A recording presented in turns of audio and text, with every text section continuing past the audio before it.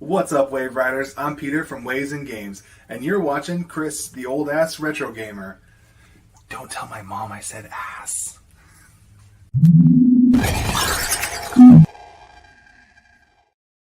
What is up, everybody? Chris, the old-ass retro gamer here, back for part 3 in the Sega Dreamcast Video Game Collection 2023 live stream. Today's actually been a very relaxing day. I didn't do a goddamn thing at work today, so very chill. I probably should have grabbed something to drink. Although you will notice a couple of things on my head that happened today. I don't know if you can see. Yeah, there it is. Yeah, there it is. I bought a new razor to clean off the dome, and it's a little too sharp. So before the stream, I went to shave the head, and any imperfection on my scalp got taken off. I was like gushing blood. I had blood running down the sides of my head. This razor jacked me up something good. Come on, camera. Don't fail me now. So if I pass out from lack of blood, sorry. Anyway, so today I'm going to be talking about the third hit a sharp. Yeah, man, it jacked me up good. Which means I will probably not be able to shave until the Midwest Gaming Classic in order to let it heal so I don't keep re-injuring myself. So next week I might be wearing a hat. Anyway, so yeah, today is the third of 4 episodes about my Dreamcast collection, my complete US set. There's a lot of stuff to talk about here. Some cool stuff in this one. Call 911 for you. Yeah, I'll be dead by the time they get here, bro. It's going to be an awesome stream. Trust me. Next week will be the final Dreamcast stream, and then we'll move on to the next console, which I do believe is the PS2. Either the PS2 or the Game Boy Advance. I can't remember. We'll figure it out by next week or the week after. Anyway, so let's just get right into it. Well, I should probably bring it up, why I do these streams. Number 1, good content for the channel. Number 2, get to talk to all you awesome people. Number 3, it's good to have a visual record of everything in my collection, just in case, something happens. Wink. And 4, it's just straight up fun. Before I start, I'm going to go and grab something to drink. I will be back in 3 seconds.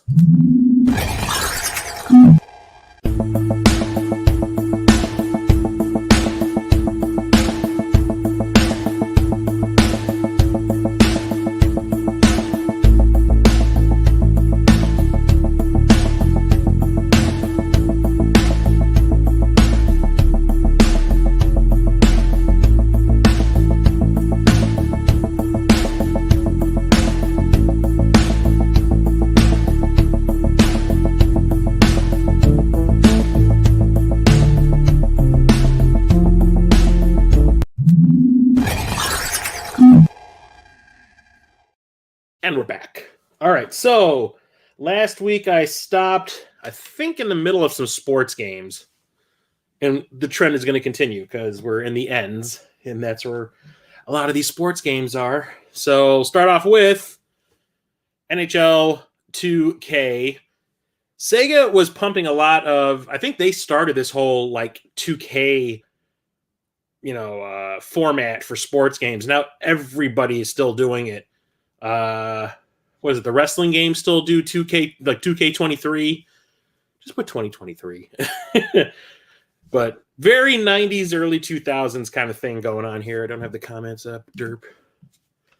But when it comes to video game sports, I don't mind hockey. And one of my friends had one of these games. I don't remember which one it was. It was probably this one because it was pretty early on in the Dreamcast's life cycle. And it's not too bad. It's actually pretty cool for a 3D hockey game. I can't complain. I recall it being pretty fun.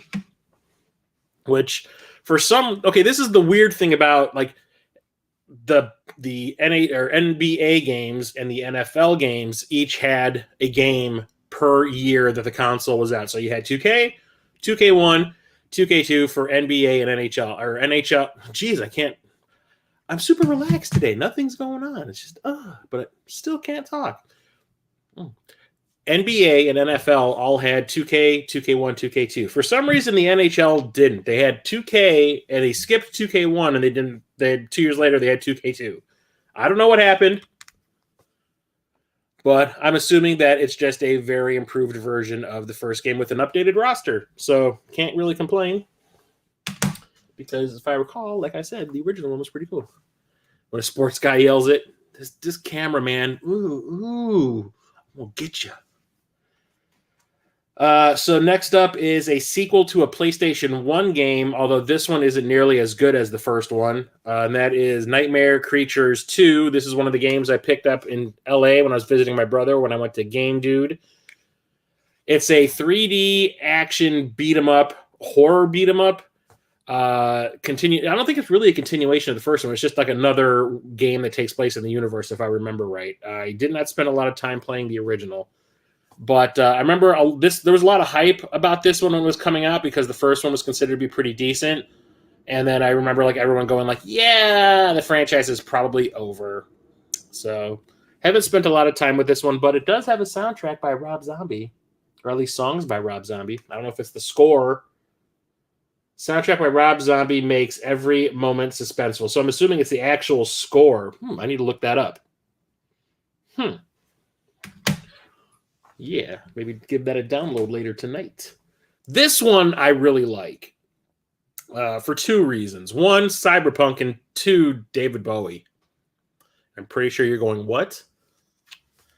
It's Omicron, the Nomad Soul. This is a port of a PC game and is the precursor to the Deus Ex games. So it's very cyberpunk. It's kind of open world RPG, kind of do what you want, kind of like the way an open world game works now, but very not as great as those were because that hadn't really exploded yet, not until the PS2 era, but it was trying. And yeah, it's got David Bowie in it. You can see him right there on the front cover. It has a couple of songs by him also. I think he plays a computer program, if I remember correctly. And yeah, it's a little clunky in parts because it is a port from a PC game. But I remember this being pretty awesome, and I have this on my list of games to play this year.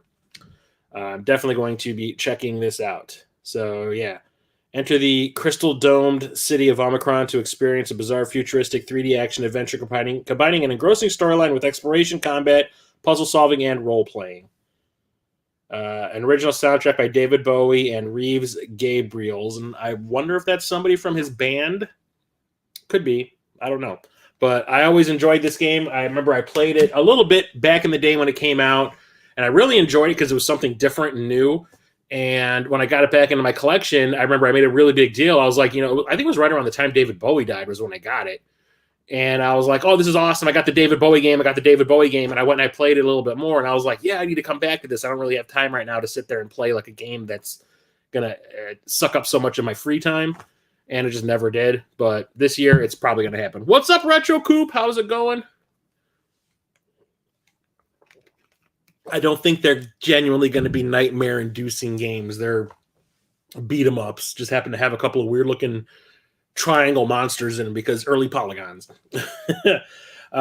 This one I think is a 3D collectathon type of game. Ooga Booga. I have not played this one yet. As I'm looking at it, I'm like, this does not look familiar. I think this was a game I got later on in my collecting. It says it's focusing on multiplayer combat with a tropical punch. So maybe this is focused more on multiplayer. I don't know, but it looks a little bit like your standard collectathon Donkey Kong Country kind of thing, but with Pumbaa from The Lion King. Sure. Well, this is a Sega joint, so trying to kick off all them franchises. A lot of them didn't stick. What's up, Mondane?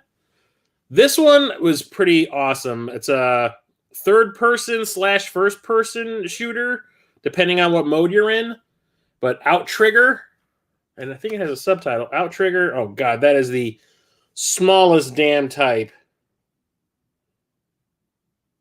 I cannot even read that. International. Oh, man, I can't even. Maybe if I put it here, I can read it. International.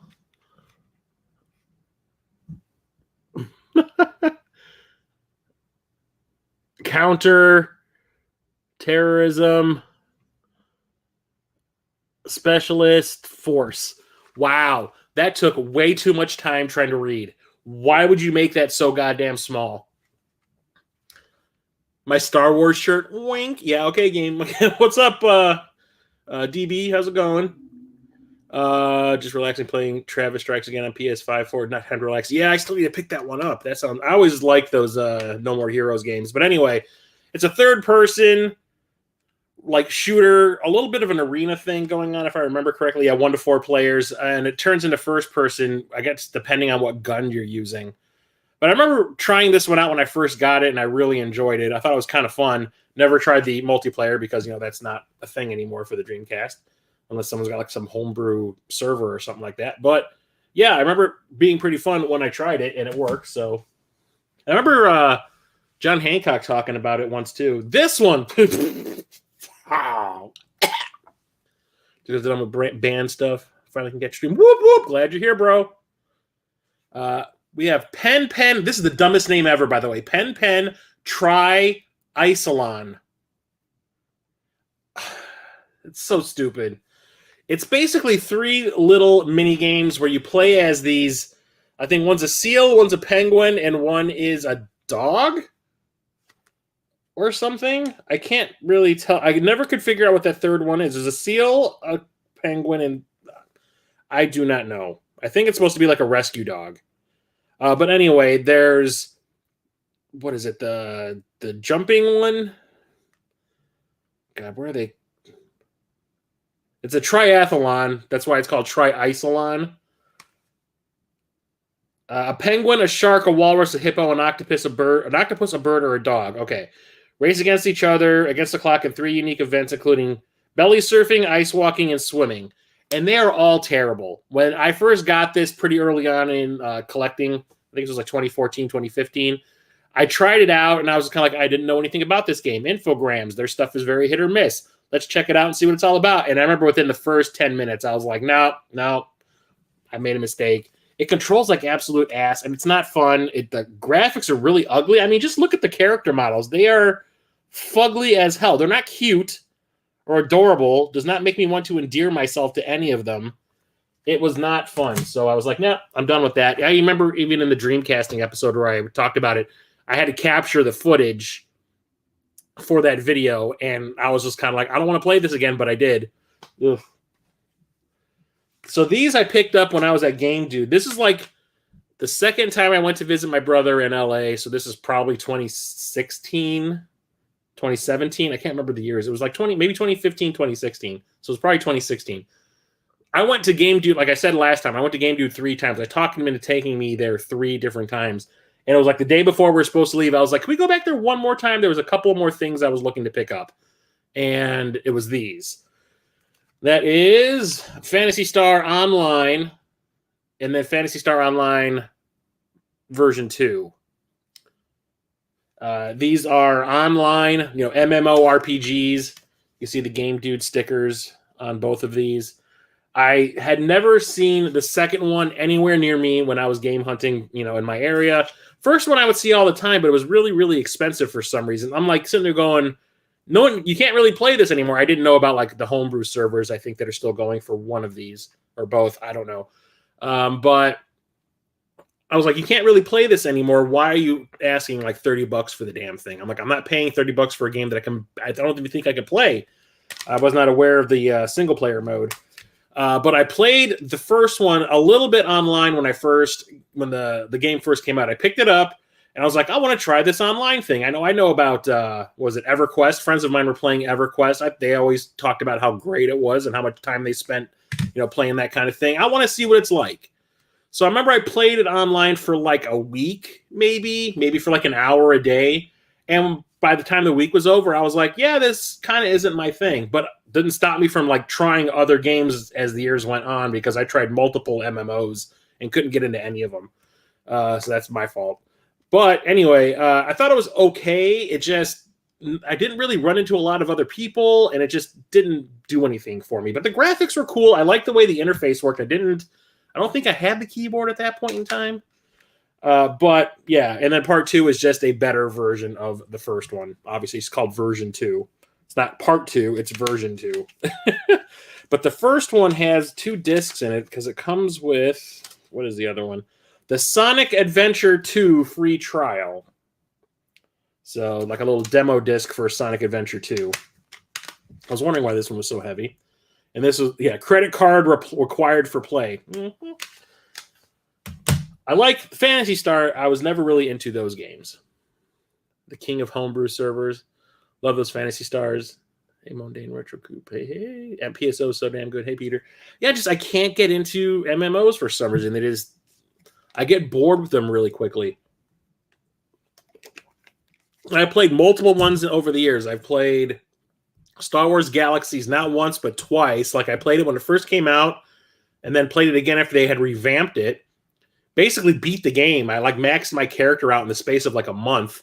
And I was like, okay, end game for me. I don't want to level up another character. I'm done. I played Star Trek Online. I played World of Warcraft. I tried The Matrix Online. I tried Dungeons and Dragons Online. I tried the Lord of the Rings Online. Couldn't really get into them. Probably Dan. Here is like an aftermarket game, and this was like the highest profile one because it was like a really big deal.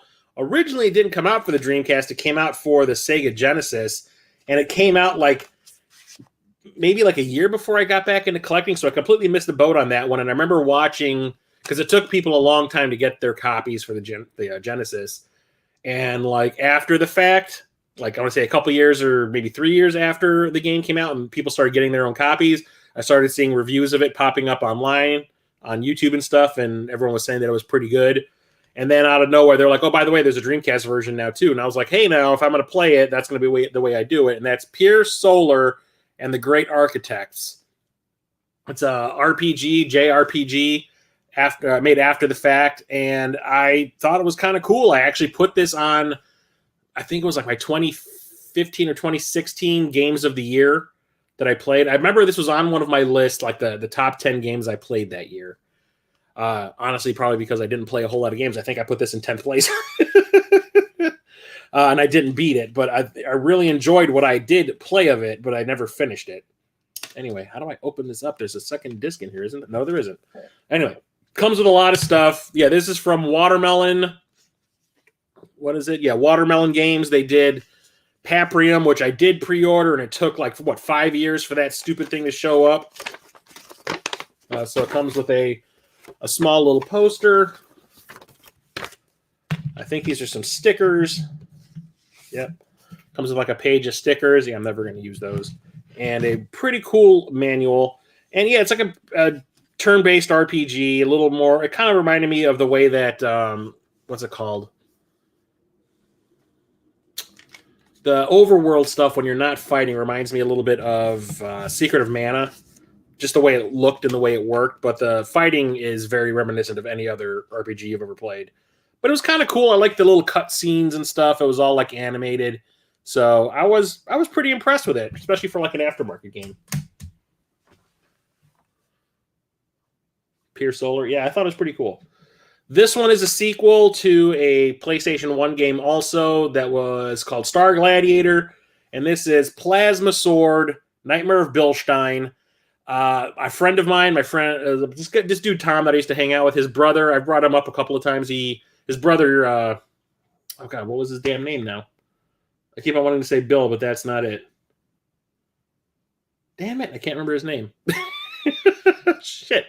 Anyway, his younger brother would they had two TVs in their family room. They had the main one that you would watch TV and everything else on, and they had another one, a smaller TV in the corner, and that's where the video game consoles were hooked up. So me and Tom would be watching like reruns of Deep Space Nine or something, and his brother would be playing video games in the corner, and he would play this for hours and hours and hours and hours and hours and hours. It's pretty cool. It's a one-on-one fighter. It's polygons. It's not pixels, and it's sci-fi themed. The main character, I don't remember what his name is, but he's got like a Naruto headgear like above his eyes.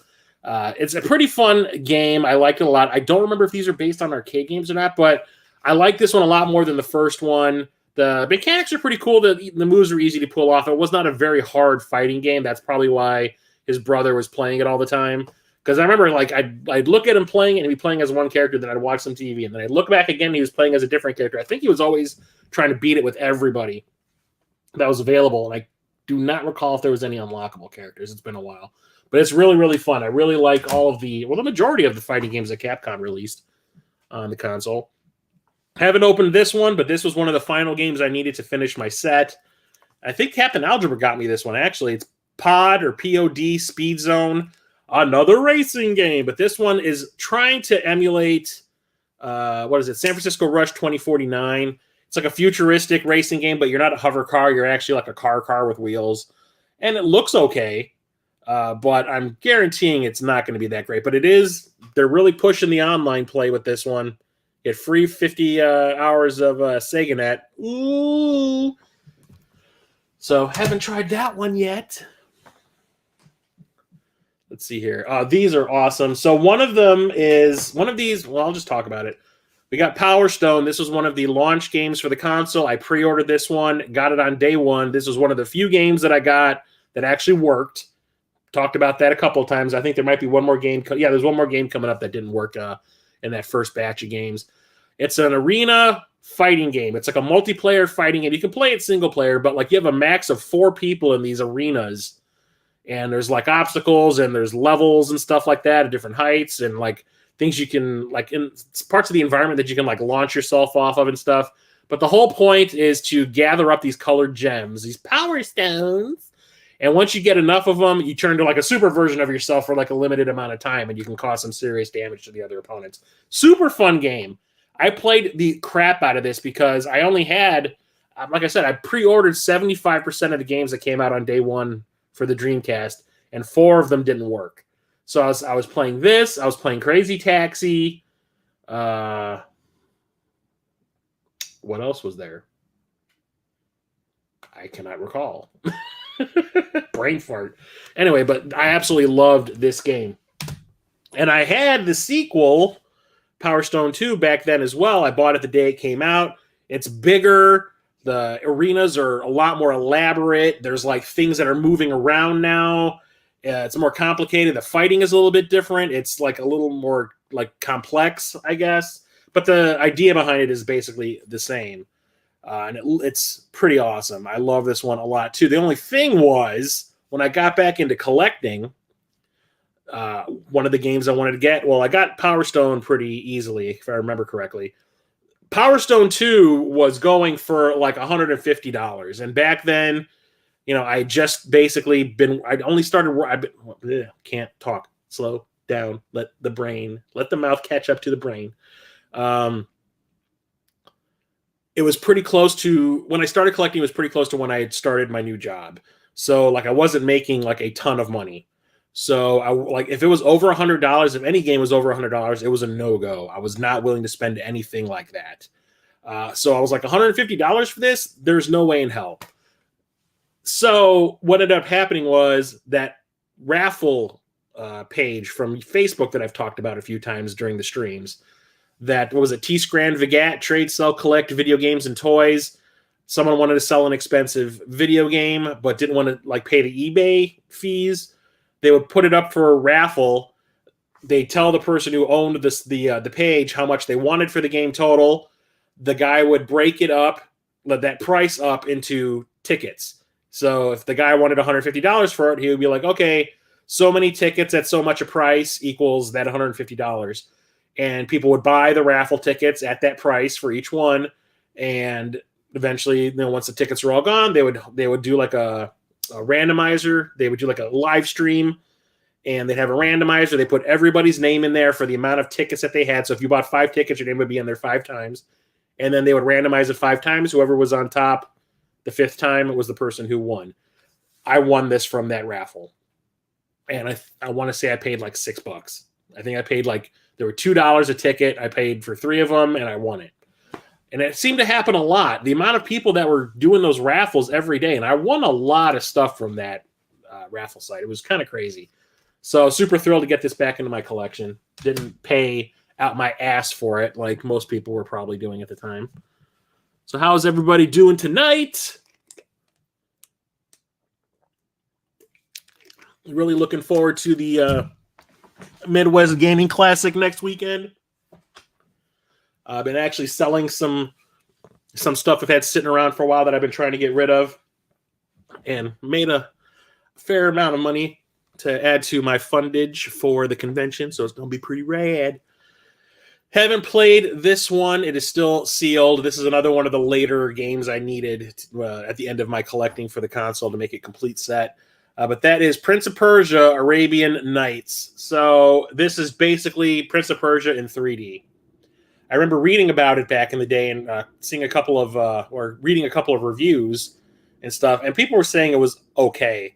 So I can't really comment on it. So I think I should sell all these sealed games and then just get an open copy.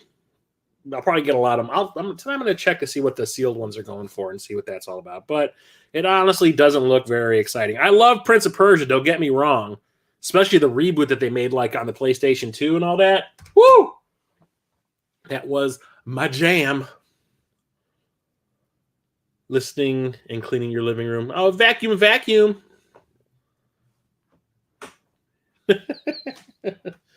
Here's another really expensive one, and I got this one pretty early on. I got it from my ex-local video game store, People Play Games. Found it there pretty cheap. It's another sequel to a PlayStation 1 game. We got a lot of these on this console, and that is Project Justice. This is the sequel to Rival Schools, which was a polygon one-on-one fighting game where it was kids from competing schools would, fight in different locations that you would find at a high school, like the baseball diamond or, the gym or something like that, the cafeteria, stuff like that. And it was really fun. I remember playing that one a couple times and I really liked it, but the sequel is the one. I played the crap out of this. I did own this back in the day. I brought it over to I remember playing this the most at this friend that I used to hang out with named Bill. I used to play it at his place all the time. And I think it was because I was always bringing my copy over there and we would play it there against each other for hours and hours and hours. It was so fun. There's one character that has a baseball bat and a ball, and one of his projectile move is he throws the ball up and hits it at you with his bat. It's pretty cool. I like it a lot. It's a kind of a fun twist on a fighting game by having it be a bunch of teenagers doing high schooly things. I enjoyed it quite a bit. And this was one of the pricier games, and I remember I think it was when I got a tax return, and that's when I went and picked that one up at the store. Just chilling. Yeah. We have wood laminate floors, so I'm sweeping. Yep. That's exactly what I got. Well, you can kind of see it. The wood flows. I still vacuum. I just don't use the brush. I just turn the vacuum on, so just suck up all the junk. Here is this was a completed game. Never got released, at least in the United States. I don't remember if this got released in Japan or not. But it's a port of a Sega arcade game. I think it was completed. It just never got released because the Sega Dreamcast got canceled. So I got a repro of this from that Etsy shop that I've been talking about in these streams, where I got that Alien versus Predator game, the Half-Life the Mortal Kombat Conquest. So this is Propeller Arena. It's basically like playing Crazy Taxi, but with planes. You're not picking people up or anything like that, but it uses the same engine, and it feels like it. The graphics look like it. It's just with airplanes. And it's like a dogfight kind of simulator. You're flying through cities and stuff like that, trying to take out the other planes. And it's very, very fun. This was one of the few reproductions that I got from that Etsy shop that work on my current Dreamcast, my sports Sega Sports Dreamcast. So I was super thrilled to find this to begin with, and that it actually worked, like a lot of these other repros that I have that will not work on my Sega Sports Dreamcast. So yeah, you can see it's got the AM2 down there. It is super fun. If you can find a copy of this somewhere, like just scour Etsy. That's where I found it. It is a lot of fun. I love this one. I wished we had this back in the day because I would have played the crap out of it. Next one, I haven't played it, but I know what it is. It's another game that's a sequel to a PlayStation 1 game. When I had Radical Reggie on my channel a long time ago, we did a Skype episode together where we're talking to each other over Skype, and it was a pickups video.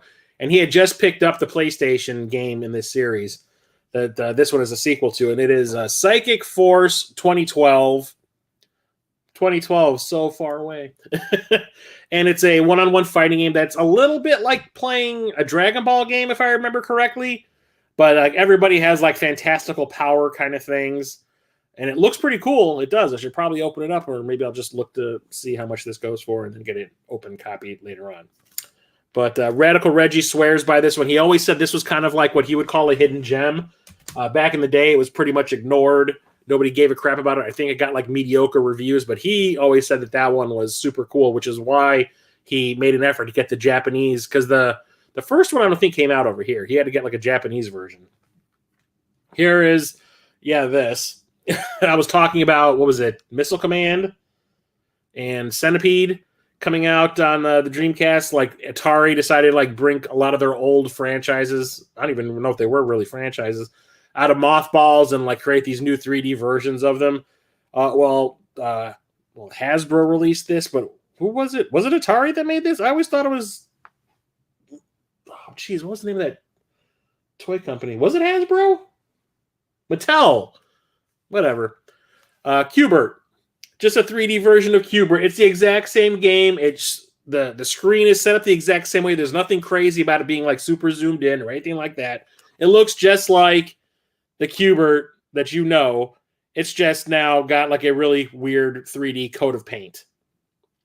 Yay. You play as this little dude who curses quite a bit. Whenever he dies or gets hit by one of the enemies, you like to see a word bubble pop up with like the symbols in it that people use in place of curse words in comic strips and whatever.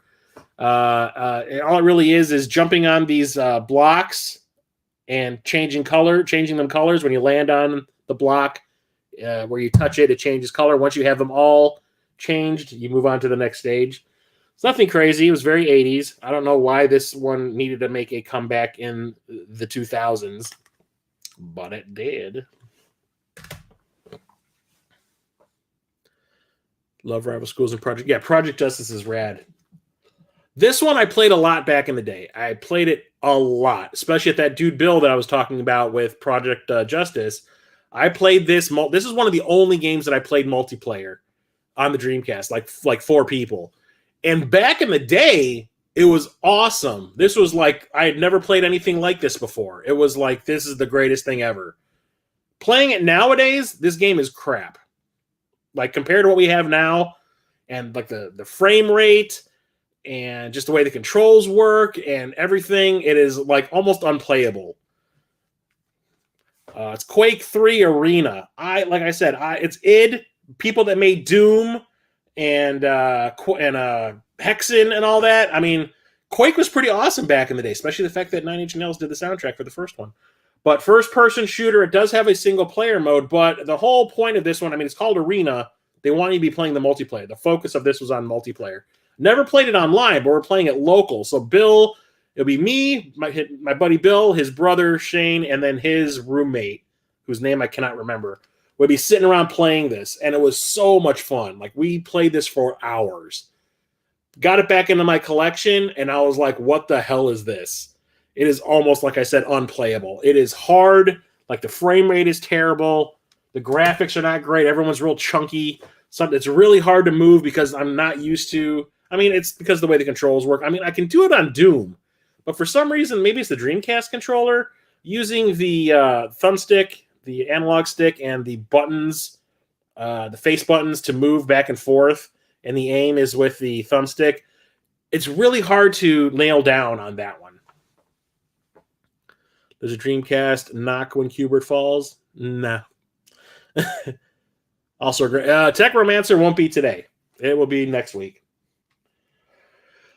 Here's another one. You need it because, trying to get the complete collection. I have not actually sat down and played it other than to capture footage for the Dreamcasting episode. I think it's funny that they have now in 3D in big letters on the cover. But it is Railroad Tycoon 2 Gold Edition. This is, I guess, a port of a PC game. Got to play all those sim games. This one is all about building a railroad, and trains and everything, and building the whole system out. Now in 3D. Coming at you. You can see it right there. Now in 3D. This is another one of those games that dude that I used to work with, I talked about last week, was always playing shooters and sports games and all that. Randomly comes to work and goes, what was it? Coaster Works. Yeah, best game ever. Everyone at work was like, who are you? Are you a pod person? Where did you... That's not you. What? But this is another one of the ones that he was playing. But this one looks way more complicated. I basically got generic footage of it for the Dreamcasting episode. It was like the startup stuff. I never went any further with it. It looks complicated. Don't know if I will ever actually sit down to play it. Some games are just made for a PC setup. Yep. This one I played all the time. That is Rayman 2, The Great Escape. I played the original Rayman on the PlayStation 1. It was one of the first games I bought for the PS1 in the long boxes. These things. And I loved it. I loved it so much. The graphics were so colorful, and the controls were great, and it was an awesome platformer. So naturally, Part 2 comes out, and I'm like, yes, yes. And I do believe this is a port of the PlayStation 1 version, and they turned it 3D for this one. And it's actually pretty cool. It's not the greatest 3D platformer, but it's definitely more enjoyable than Super Mario 64. But I remember playing this one quite a bit. Third one wasn't the greatest, though. The third one that came out on the PS2, I think it was. Yeah, not the greatest. Oh, Peter. Is there a movie about this? Because we need to watch this one for the next season of the podcast. You ready? You ready? Hey, sorry, I didn't mean to quote Justin Timberlake. Razor Freestyle Scooter. Is there a Razor movie out there somewhere? That kid is having too much fun about to break his arm. But yeah, this looks just like Tony Hawk's Pro Skater, just you're on a little dinky scooter. Yay. Can you sense the excitement? Had to have it to complete the collection, so whatever. It's another one of those ones by Crave. I'm ready. Oh my God, I'll look into it. I knew it. Razor the movie. Peter, if you haven't been paying attention to the podcast that I do, the movie starting, every time Peter is a guest on the show, the movie he chooses to watch is based on some sort of an extreme sport. So we watched Rad, which was the BMX movie with the ass sliding and the bicycle dance scene, and then we watched Thrashin', which was the skateboarding movie, and then we just watched Extreme Ops, which I just released this week. Which is an action movie that has a lot of snowboarding in it. It's a Blockbuster exclusive. Ooh. This was one of those games that did not work when I first bought my Dreamcast. Day one, pre-order the console, and like I said, 75% of the games. And like I said, 4 of them didn't work. 4 of the games did not work off the bat. This was one of them. That it's the fixed version because it has the hot new sticker above it. Ready to rumble boxing. Did not work at all. Would not boot to save my life. I I didn't like. I wanted to have at least one semi-sports related game for like when I first got the Dreamcast. I didn't want to buy like a straight up NHL or NBA or NFL style game. I was like, if I'm going to buy one thing, it's going to be this because it looks cartoony and very arcadey, which it was. It's an arcadey boxing game. It's kind of like playing Mike Tyson's Punch Out, but in 3D. And it is really fun. Once I got it, a copy that worked, it was pretty awesome. And it was obviously pretty popular. There was a few sequels to this also. 16 fighters, hidden combos, rumble power. It was a blast once you got into it, once I was able to play it. So hot new means it's fixed. It works. Yay. Just finished the Extreme Ops episode. We're funny. We usually are. So like I said, it was a popular franchise. So we got part 2 or round 2 as they call it. And you got more characters. The graphics are just improved a little bit more. That everyone's not as chunky. But the same basic fight mechanics are here. And it's pretty rad. I don't remember if there's any hidden characters in that. It's been a while since I played this one. But I always did end up playing as the dude with the afro that's always on the cover. This one, Church, if he was here, would be like all over it. He'd be gushing all over his computer at home and probably letting us know what color it is. And that is Record of Lodos War. This is another one by Crave, but this is one of the decent ones. This is kind of like playing a dungeon crawler. It's based on an anime that is pretty popular. It's still going on right now. And there's actually another Record of Lodos War game that just came out called Deedlit in Wonder Labyrinth, which is a Metroidvania style game, which I do own. I need to play it. Don't text me. I need to play through this. I did not have this back in the day. I think one of the guys that I worked with had a copy of this, but I did not. And it looks pretty awesome. It looks like Diablo. So might be playing this year. Boop, boop. Who's texting me? God damn. Nope. Here's another one of the games I needed to complete the collection. Another one by Crave, but I don't expect this one to be very good. It's called Red Dog. Red Dog. I can't read. Superior Firepower. I have not played it, but it looks like another sort of racing combat style game, and it has another multiplayer component. Yippee skippy. Can't wait to not play it. Here is an aftermarket game. I think this was like the first one that got attention. I mean, there was Pure Solar. It was more of the attention of it being a Genesis game than a Dreamcast game. This is the one I remember like Adam Koralik talking about when I first got back into collecting, like the first real big Dreamcast aftermarket game that was developed specifically. How about that? Specifically developed to be played on the Dreamcast and not like a port of a Genesis game with some improvements. That is Redux Dark Matters. I think this was originally just called Redux, and then it got reworked, and this is like the updated version of it. But Redux, I think, was the first really big homebrew game for these consoles, aftermarket game. And it's a horizontally scrolling shmup, and it looks pretty awesome. Have not played it yet. Picked this up at the Midwest Gaming Classic in 2021. I was talking about when I showed off ARM 7 for the Dreamcast that what's the name of the company? Pixel Heart. Pixel Heart had a table at the 2021 Midwest Gaming Classic. They had a lot of Dreamcast games out of all of the major aftermarket games. And I said to myself, this was one of the ones I was looking for. Could never really find it. I don't think it was ever really released in a jewel case. It always comes in like this DVD snap case. But the fact that I found this there, it made me super happy. I was like, I can finally mark that one off my list and have it because I know this one is super popular. So I need to play this. I need to play it so bad. The only thing is, like, it's only in the name's only in Japanese on the spine. It isn't like the Josh Prod ones where it's Japanese on one spine, and if you flip it over, it's in English on the other. It's exactly like Diablo. Woo woo! What's up, TJ? You're gonna be at Midwest next week, right? You and Matt. We gotta hang, man. We gotta hang. Buy some shit. I gotta buy your shit. I'm buying a Saturn game off of TJ next week. Yay. Fishing games. I am not Tony, back in the day gamer, so this does nothing for me. But I have the controller to play it, so if I want to, I could do that, possibly. I think it uses the fishing controller. Yep, it does. It says it on the back. Real Fishing Wild. Yay. This looks so exciting. So exciting, guys. So exciting. Yeah. I'm just going to go put this over here.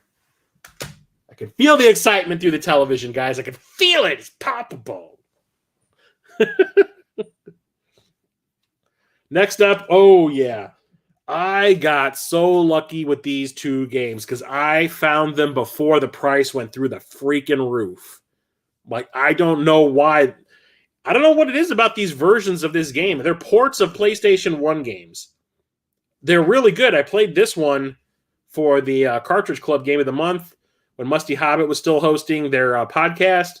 It was a Halloween episode. They asked if I would be interested. I said yes. I gave me an excuse to play this version of it because I'd never played it before. We're talking Resident Evil 2. It is the exact same game. Exact same game that came out on the PS2. It's just slightly graphically a little bit better. And I think some items have been moved or something like that. I can't remember exactly what it was. But I found these. I don't think I got them off of eBay. I think I got them off of Amazon, if I remember correctly. And I did not pay an arm and a leg. But like not too long after I bought these, the price went through the roof for some reason. And I was like, why?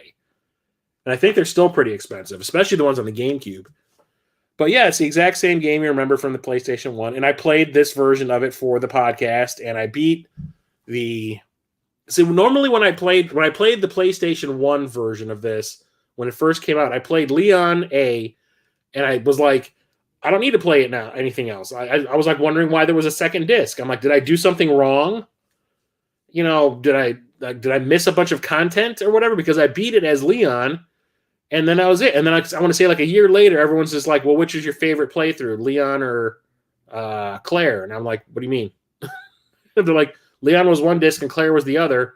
And depending on who you play first, then you go and play the other one, the story changes just a little bit. I was like, oh, I'm done. So when I played this version, I played as Claire first, because I didn't do that the first time I played it, and started playing the Leon version or the Leon playthrough after that. And I was like, yeah, like I was a dumbass back in the day. I should have just gone back and played it again. Super fun survival horror game. Absolutely love it. Took what the first one did it way better. Way better. And then we have Resident Evil 3 Nemesis port from the PlayStation 1. Same exact thing. It's the exact same game. It's just been given a little bit of a graphical tweak. So it's not as super blocky, but it still is. A little bit of different shading or whatever. But never played this one back in the day. I take that back. I played the game for like an hour the day that I bought it. And then I just, for some reason, never finished it. I remember I got killed by the Nemesis. And I was like, the hell with that guy. And I just never went back and played it until the remaster came out, like the remake. And then I played through the whole remake. I don't hate that like everyone else seems to, probably because I never really played through any of these versions of the game, so I had no nostalgia for it. But the big one for this console, I love this freaking game. And that's Resident Evil Code Veronica. It is Resident Evil 3.5. It came out between Part 3 and Part 4. I don't know why they decided not to call it Resident Evil 4. It plays just like the other ones. It's set up just like the other games. This one was developed specifically for the Dreamcast, so the graphics have been given a huge overhaul. They look so much better than they did, especially in those ports from the PlayStation 1. It looks great. It plays great. It sounds great. The story is awesome. I love Claire Redfield as a character. She is amazing. And then there's Leonardo DiCaprio. I was mad when they said they were going to remake Resident Evil 4 for the current day consoles and skipped over this completely. I'm still pissed off about it. I might not buy the Resident Evil 4 remake for that alone. Bastards. I hope they do get around to doing this one because it deserves it. It has a fantastic story. I absolutely love it. It's probably my favorite, second favorite Resident Evil game. Part 2 is probably my favorite still. But Code Veronica is definitely my second favorite because I absolutely love it. So cool. So cool. And this one is 2 discs. Yep. Played the absolute crap out of this back in the day. And then went and bought the PlayStation 2 version. Was it Code Veronica X? Played the crap out of that one too. Yep, I have that one. Oh yeah, see, DB just talked about it. Yeah, that one is awesome. Awesome. I just splashed myself in the face with Gatorade. Don't get upset of my tongueness getting up all over my face. My whole nose is wet. This one is Revolt. It is a racing game, but you're playing as remote control cars. Kind of being like it's a combination between like a kart racing game and a regular old arcadey racing game. It's okay.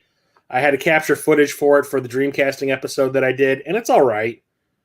But yeah, they always have to show off the multiplayer mode on these because that was a big selling point back in the day because it wasn't happening except for the Nintendo 64. Yay! This one I didn't know about back in the day until God, when was it? I want to say it wasn't when I was collecting. Like I didn't know about it when the Dreamcast was relevant. So this is like 99 to 2001. I found out about it. I want to say like in the late 2000s the mid 2000s because the movie came out. And then I hear about this Dreamcast game and I was like, huh? Like when did that happen? And I was like, I should probably look up a copy of that, even though I didn't have it. No, I still had my Dreamcast. I just wasn't playing it because I still have my original Dreamcast from back in the day. Didn't get it until I got back into collecting, and this was another one that I got lucky. I bought like a lot of games on eBay, and this came in it. And I don't think the person who was selling the lot knew what they had. They were just like, "Oh, I found a box of Dreamcast games, $50." And there was like 6 games in that lot, I think, and this was one of them. And I was like, "Yes, give it to me." It's The Ring, Terror's Realm, The Ring. 7 days. It is a survival horror game that kind of takes place in the universe of The Ring, but it doesn't have to do with any of the specific movies or anything. You got to understand, in Japan, this was developed in Japan. In Japan, there were like 3 movies, a television show, a reboot movie series. And it's huge. The Ring, or Sadako that it's called now. I think it's called Sadako now. It was huge in Japan. So this was like a cultural phenomenon kind of thing. So there's just another story in the universe. Like I said, it's not really connected to any of the films. But you're playing like as an investigative journalist, I think, if I remember correctly.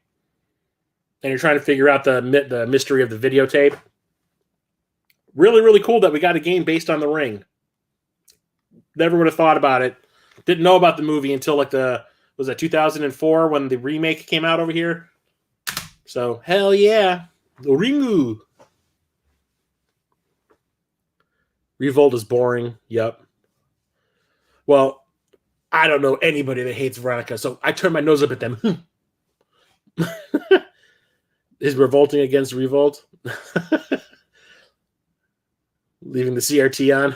Yeah, it's just really cool. And then like we have a game based on The Grudge for the Wii. Okay. Here you go, Peter. Rippin' Riders, snowboarding. Ooh, it's Extreme Ops the game. Ooh. Yeah, it's basically like playing an SSX game, but not as good. SSX.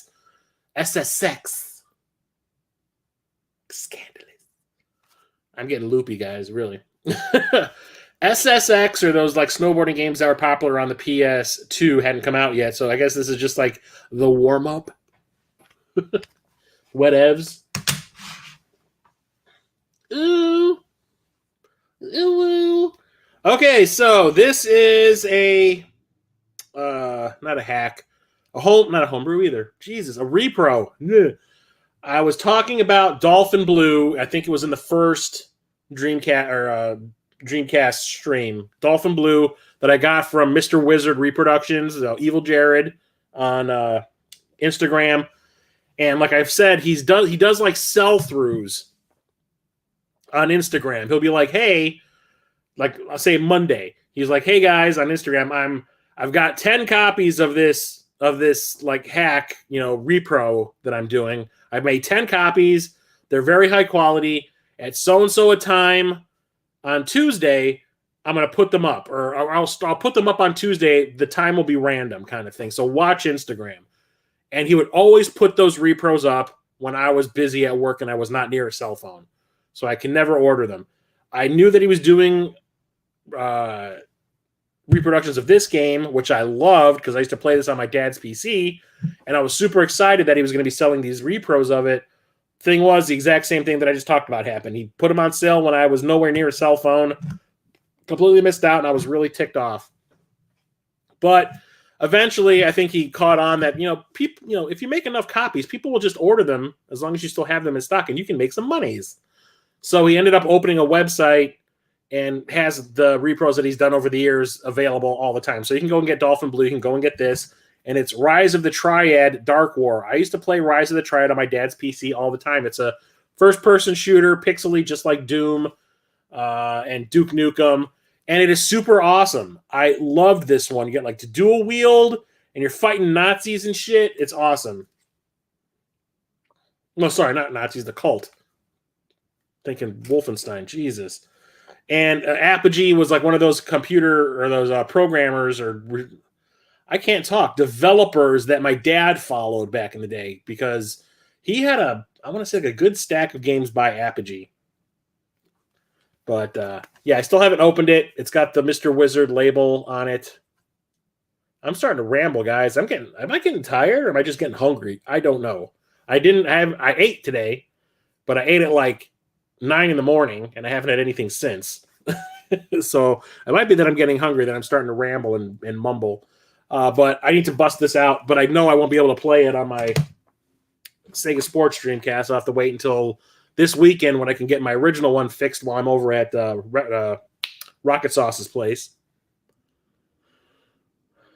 The cover's the same as the poster for Extreme Ops. It's not ooh, it's meant to be the grudge sound. And I go, ooh, oh. Speaking of hacks, have you seen Extreme Ops? That director's a hack. Isn't he, though? Isn't he? And he almost shares my first name. Almost. Yeah. Watch a couple of other movies that guy's made. They're not good. Roadsters is up next. It's another racing game, but this one's arcadey. It's kind of like Cruising USA a little bit. And I remember capturing the footage for this one. It's not the greatest. It's kind of generic. Don't need to spend a lot of time talking about it. This one, though, has a story. So, me in rhythm games, Parappa the Rapper was like my life for 6 months. Like, I loved that game. And I'm Jammer Lammy. Hell yeah. Got all those Beatmania games in the early 2000s from Japan. Like, I love rhythm games, guys. Like, Bust a Groove, I had, like, people coming over to play that. Didn't want to hang out with me. They just wanted to play Bust a Groove kind of thing. So when this came out and this was announced and it had a specific peripheral that was being released for use with it, I made a concerted effort to go and get that peripheral. The only problem was the American one was very limited quantities. Couldn't find it at any of the game shops around me. Funkoland, Software, etc., KB Toys, Toys R Us, like Kmart, Best Buy, any of those. Couldn't find it anywhere. Ended up having to buy a knockoff off of eBay. Early eBay. We're talking like 2001. So I ended up buying like a knockoff version of the peripheral through eBay from Japan and played the shit out of this game. We're talking Samba de Amigo. So the whole idea behind this is you can kind of see it on the cover, but it's a little more obvious on the back. You play as this little Latin monkey who uses maracas. The peripherals it's a maracas controller. And the way it works is you have a sensor bar that's maybe like 3 feet long that shoots a bar of light basically up above it, like straight up. You're supposed to put it at your feet and hold the maracas in that bar of light. You're supposed to hold it above that bar. And then there's 6 points where the game, like, in, let's say, Dance Dance Revolution, you have like the left, the right, the up, and the down that you need to hit at a certain point. Like the little icon reaches the top of the screen, and you're supposed to hit it and get the great or the perfect or whatever.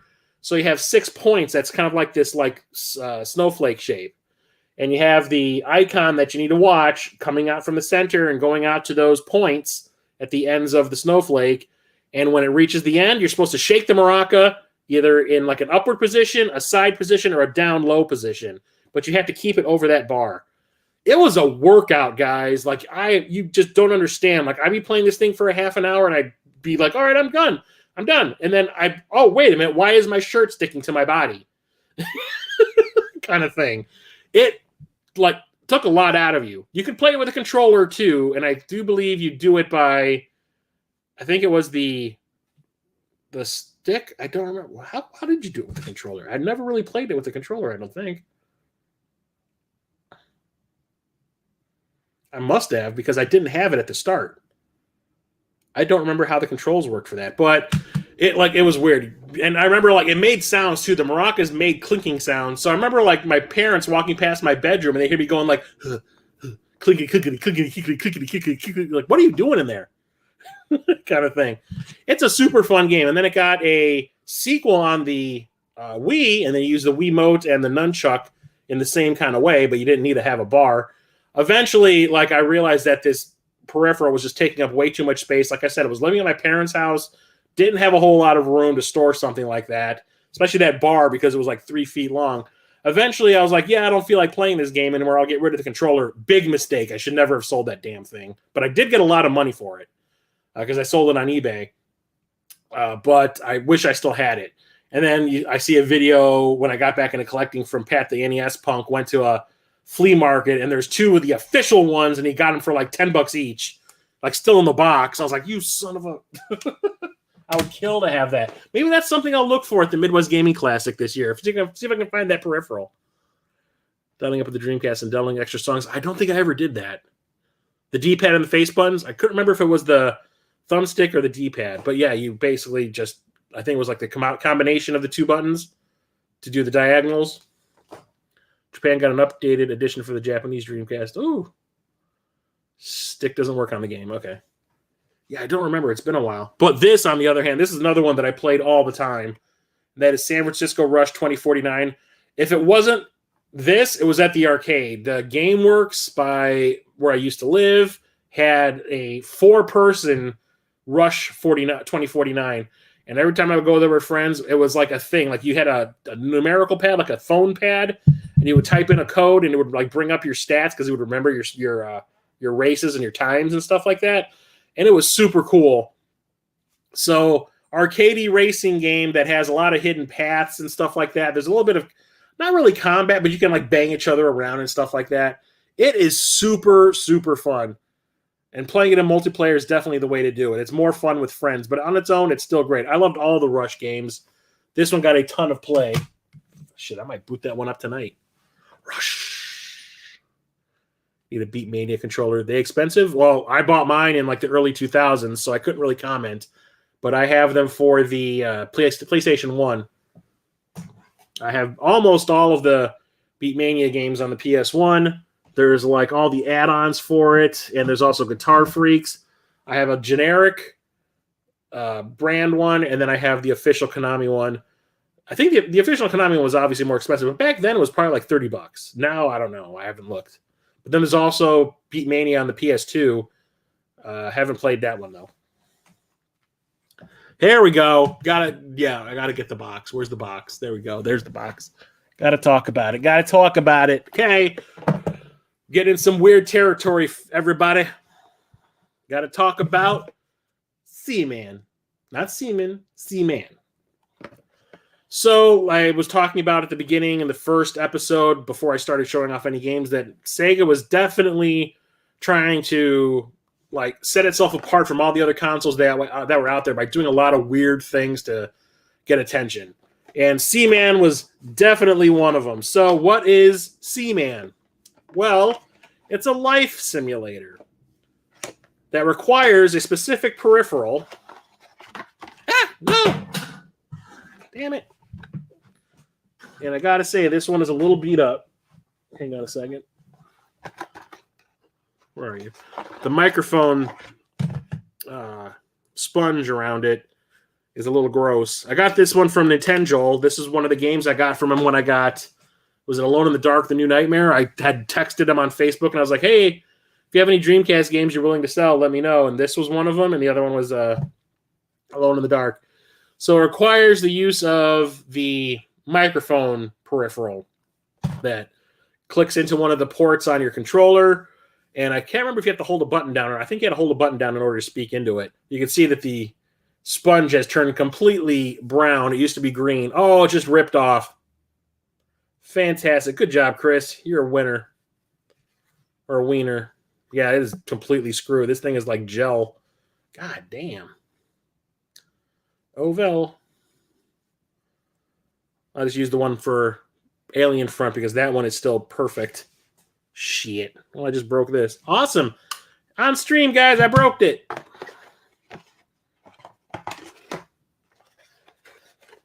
Awesome. I'm so happy with myself. I'll have to buy a new one.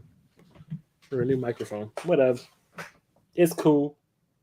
So what you would do is, it's basically like you have a virtual pet, but it talks back to you. And it like there's like existential questions and stuff like that, and you kind of have to like do specific things in order to get it to evolve. So it starts off where you have like an embryo, and you have like a conch shell in your aquarium, and you have to like drop the egg into the water, convince the conch shell to eat it by like tapping on the glass and making it move toward the egg. It eats the egg, and then you watch the conch shell like a few hours later start barfing up blood, and the semen burst forth. Like basically, like they worked their way out of his body, like they needed to gestate in it like an alien from a face hugger, and burst out of the damn conch shell. And it's a fish with a face. And he has like this little proboscis thing on the top of his head, like one of those lantern fish or whatever they are, that you see like in the deep sea diving and all that. And it talks to you, and you communicate with it with the microphone, and you have to do it every single day for I think a whole month. And every day the questions are just a little bit different. He'll ask you questions about yourself. You don't really give super complex answers because the computer won't be able to understand. Some of them are like yes and no questions. Some of them are maybe like 2 or 3 word kind of answers. But like how are you? It'll recognize it. I'll be like, I'm fine. How are you? Kind of thing. And it sounds like Leonard Nimoy a little bit. I think he actually does the narration for the game. And it is weird, but it is also super addictive. I played this for a whole month, and then I went and did it all over again, thinking that I was going to get different questions if I raised it differently. Like if you neglect it for a day, you'll come back and he'll be like, dude, where have you been? Like, I'm hungry. You have to feed it every day like a Tamagotchi kind of thing. And if you let it alone for like 2 or 3 days, he'll die. And you have to like kind of like make the questions that it asks you and the answers that you give kind of guide its evolution. And eventually it'll sprout legs and walk off into the sunset, which is how the game ends. It is super weird, but it is like strangely fun. And like I said, really addictive. I could not get enough of it. And I remember telling all my friends about it. I was like, you want to see a weird, interesting, unique game? Get this. And I think one of my friends, I think my buddy Charlie bought it. No, Charlie didn't have a Dreamcast. Who was it that bought it? Maybe Gary? One of my friends bought it, and they were just kind of like, what the fuck? It is super cool. I love it. It's one of the games I had to have back in my collection pretty early on. I need to actually sit down and play through this whole thing again because I want to see if it still holds up. But super interesting. Really liked it. Got to give it to Sega for trying new and weird things to stay relevant and not get lost in the crowd. That was definitely one of the ways to do it. Haven't played this because it's still sealed, but I played the crap out of this in the arcade, so I know what's up. That is Sega Bass Fishing. I used to play the arcade cabinet of this all the time at that GameWorks I was talking about where San Francisco Rush was and the Beat Mania arcade cabinet. And it's just a very arcadey fishing game. Sega made all these really fun, like everything was like that AM2 chip thing or whatever it was. But yeah, you used a fishing controller and the machine would actually like pull back when a fish would take your line. It would actually pull you forward and you had to like keep on reeling it in and actually put effort into it. And it was also kind of a workout, but it was super fun and it was different. Like there weren't a lot of games like this on the market in the arcade. So naturally, Sega was like, put it on the Dreamcast, give it its own controller peripheral that has motion controls, but never played this on the Dreamcast back in the day. Still haven't because it's sealed. And there was a sequel, Sega Bass Fishing 2, probably just more advanced, maybe a couple harder fish to catch, maybe some ones that are like elusive kind of thing, but I have not played this one either. This one was the game that disappointed me. We have Sega GT, which I thought was going to be kind of like the arcadey racing game because everything was like F1 racing for a while on this console. Turns out this one is kind of like playing Gran Turismo. I should have known. GT, Gran Turismo kind of thing. It's way too in depth for me to have fun with a racing game. It's like I said, I'm not big on the Gran Turismo games because like you start off racing in like a hatchback and you have to like win races, which you're never going to do in a hatchback, to get enough money to buy a car that could actually compete. And it's going to take forever before you get to that point. It's just not fun for me. And this was not fun either. I picked this one up back in the day because I was like, this looks like a really fun racing game. And I was like, nope. Thankfully, there was another one that I might be. Am I talking about that today? I think I am. Yeah, I am. And then we have the other fishing game by Sega, and that is Sega Marine Fishing. This one is just where you're going out. You're going after the bigger fish. So you're going after like swordfish and whatnot. So hell yeah. I need to bust this. This one's sealed too, so I haven't played it.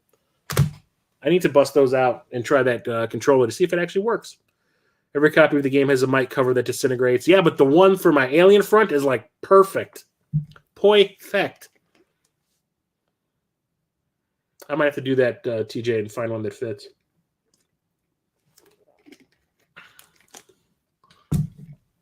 Leonard Nimoy.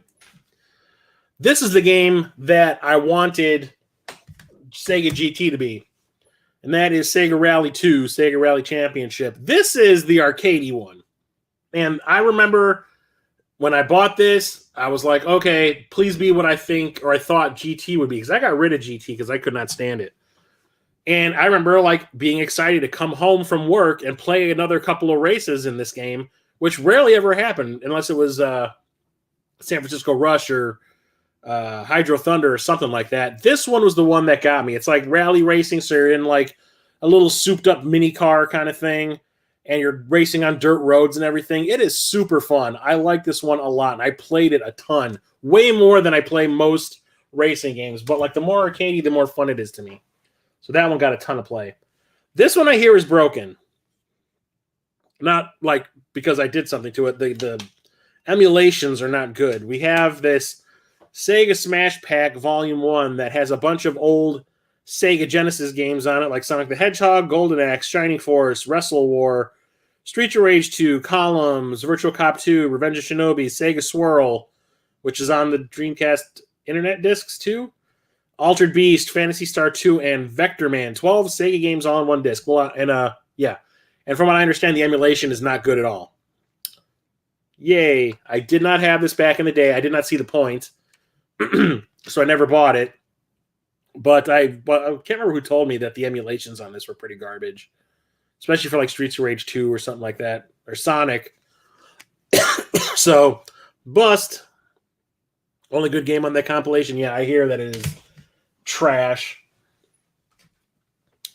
This one, when I was capturing the footage for the Dreamcasting episode, it was strange and the same kind of thing that's going on with Seaman that I was just talking about. Same kind of weird concept and all that. So, Seventh Cross Evolution. UFO was usually making some weird-ass stuff, or different at least.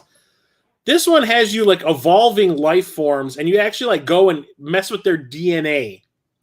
And like you have like a fish. Well, I want to evolve him to work on land or be able to walk on land. I'll mess with the DNA over here. Next thing you know, your character's got like these giant claws. You have to like experiment and mess around with the DNA stuff to get what you want. You don't know exactly what it's going to cause. Eventually, you get the hang of it, and you like start making like creatures, and you end up fighting other creatures that are like on land, undersea, and that kind of stuff. It's like the more complicated version of EVO on the Super Nintendo, except that one is just kind of like an arcadey version of it where like, oh, I'm a fish. I'm going to eat all these other fish and get points and then level up. No, here you actually have to work for it and try to like figure it out. It's almost puzzle gamey. It's really interesting. And I remember playing this for a lot longer than I thought it would when I was capturing footage. And I had a good time, but it was really complicated and I just never went back to it, and I probably should. Virtual Cop is an arcade perfect port. Japan got a standalone port. Oh. Yeah. Here is another game that got a port from the PlayStation, and that is Shadow Man. It's a 3D action platformer, kind of like it reminds me a lot of Tomb Raider, but you're playing as a voodoo guy who has like a little voodoo head that follows him around called Jaunty. I remember that much, and it like talks shit. It was super fun. We got a sequel on the PS2, which I do believe I own. I remember I had a good time with this one. It's kind of horror themed, but kind of silly at the same time. It's entertaining. I just never beat it. And then like the big one, the one that they thought was going to save the Dreamcast, because I remember the hype for this game was like never ending. And then people actually played it in the US, and a lot, like I want to say at least 50% of the people I knew absolutely despised this game, and 50% thought it was the best game ever made. I'm kind of in the yes, I like it camp, but I've never actually beaten one of these games. But I have multiple copies of it for multiple consoles. I have it for this. I have it for the PlayStation 4. I think I have one for the Xbox. We're talking Shenmue. This is the adventure RPG life simulator kind of game. You're playing as Ryo, who is from Virtua Fighter, and he's trying to find the guy who killed his dad. And you basically like are walking around town asking questions for people. You know where I can find any sailors? kind of thing. And like looking for a basket of kittens and going and playing arcade games, which are like, you know, emulating Sega arcade games like Space Harrier and stuff. And like buying little tchotchkes out of vending machines, and then randomly having like fights, which are QuickTime events, and driving a forklift around on a dock for like a literal job. Like you get a job in this game, and it is to drive a forklift, and you eventually race forklifts. It's weird. It was different. Another thing that I say is really cool about the Dreamcast was there was a lot of unique experiences, and this was one of them. We had never had a game like this on our shores before. And they got a sequel to this in Japan. We never got it over because, from what I understand, this did not sell very well in the US. Adam Koralick's favorite game of all time. He has like every region version of this game that's ever been released. So, yeah, it's really cool. I just need to finally play through it. I played this in the arcade all the time, especially at that GameWorks, and that is Silent Scope. It's a light gun game, but your light gun was a gigantic sniper rifle.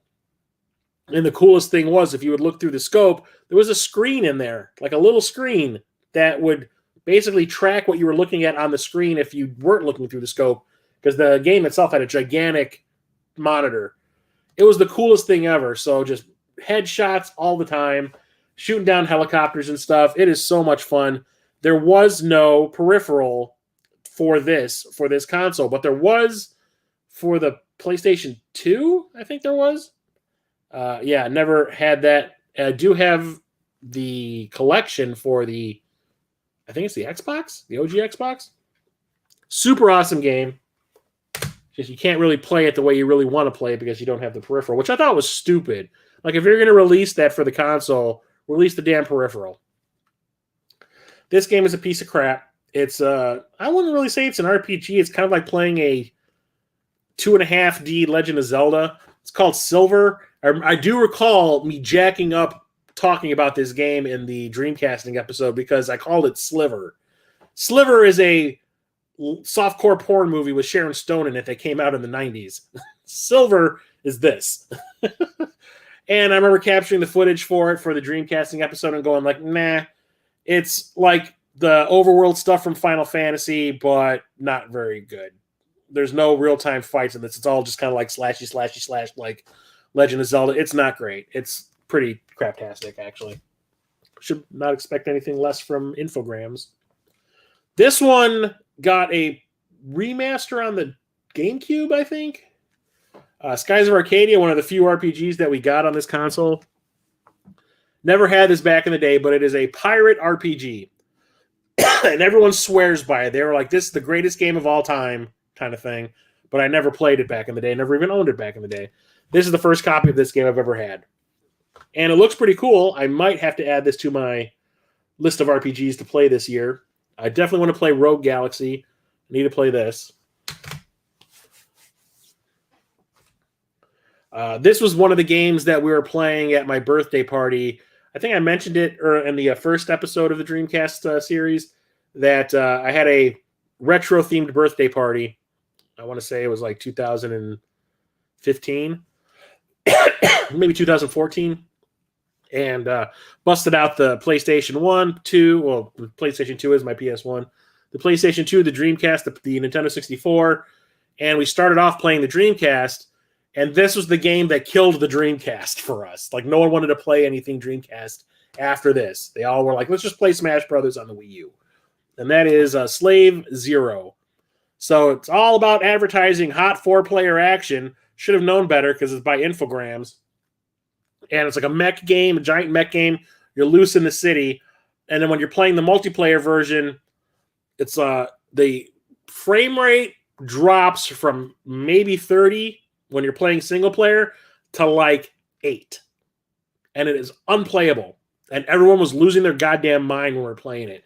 And I want to say we tried playing it for maybe 15 minutes, and everyone was just like putting their controllers down and be like, you know what? I'm done. And everyone started going like, Smash Bros, Smash Bros, Smash Bros. And we ended up playing Smash Brothers on my Wii U for the rest of the day. We basically gave up on all the retro things. It's an okay game on its own as a single player experience, even though it's not the greatest there either. I know Captain Algebra played through this, I want to say a year or two ago, maybe 2 years ago. He was like, it's all right. But never, ever, ever play this multiplayer. Ever. Ever. Random encounters in the Dreamcast version is insanely high. Ooh, it's kind of like Phantasy Star. The OG Phantasy Star. Here you go, Peter. Is there a movie about this kind of thing that we could watch? We got snowmobiling.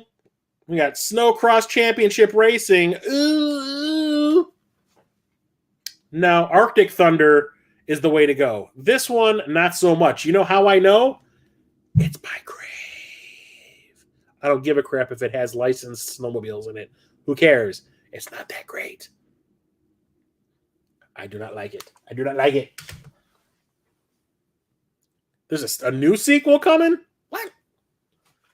Who wanted that? This game, I remember, got a lot of flack back when it first got released because of the violent content. People were saying that it was going to like drive people crazy the way like when Mortal Kombat first came out. All the violence is going to make kids do horrible things. Well, this game, it's a first-person shooter, and you can actually blow people's limbs off. Soldier of Fortune. I should have known. It's by Crave. It's not the greatest first-person shooter. It's also not terrible. It's just kind of like in the middle somewhere. But yeah, it's a first-person shooter where you're playing as like, military force, but you can actually like target people's limbs and blow them off. So if you shoot them in the shoulder, their arm will come off. You shoot them in the thigh, their leg will come off kind of thing. Big whoop. Who cares? It wasn't realistic looking. It was a bunch of polygons that looked like triangles. Come on. It's okay. It's a decent first-person shooter. And then we got this one. So I have this twice now. Hang on a sec. So, TJ, tell me something.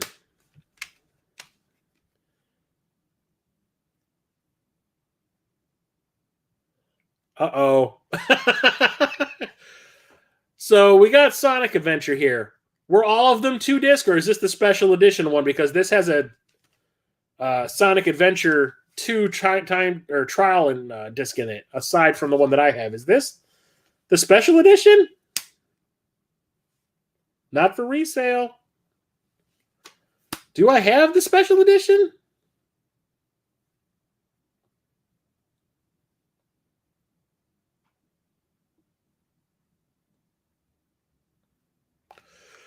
Anyway, this was one of the games I had pre-ordered with my Dreamcast, and this is also one of the games that did not work. This is the one that was packed in with the D. Okay, which is the special edition one that everyone was talking about? What does that come with? But yeah, this didn't work. So this was the game that I would always try to make sure that my Dreamcast was working, and I would keep on taking the Dreamcast back thinking it was a problem with the console. Turns out it wasn't. There's a bunch of defective discs that got released. Had to send my copy of the game back to Sega, and then they sent me one in the mail back that worked, and then I could finally play it. And it's a really fun 3D platformer. The speed in it is amazing, especially back then. There was nothing like that back then. Like, you play Mario 64, and then you play Sonic Adventure, it was like night and day. There was no comparison. I like this way more than Mario 64. Controls are a little weird. Doing the wandering around town kind of thing was kind of weird. But, it's a super fun platformer. I don't think it quite holds up the way it used to, but it's definitely better than the second game. But yeah, whatever you like about Sonic, the speed, the platforming, everything, it's just here, just in 3D.